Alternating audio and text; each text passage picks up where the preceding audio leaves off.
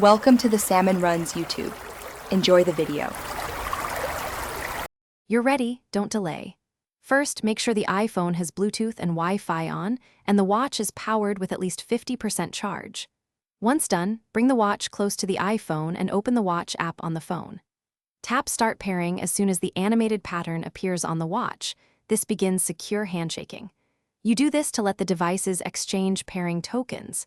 It's faster and more reliable than trying later, so start now. Once the pairing animation appears, use the iPhone camera to center the watch face in the viewfinder. This scans the pairing pattern and verifies identity. If scanning fails, switch to manual pairing and type the numeric code shown on the watch into the phone. This achieves the same secure link.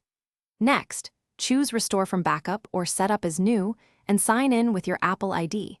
Make sure you allow necessary permissions so notifications and health data sync correctly. You're almost done. Let the iPhone finish syncing apps and settings to the watch. This can take several minutes, so keep them unlocked and close together. Once synced, verify location, Siri, and health permissions so features like activity tracking and voice commands work.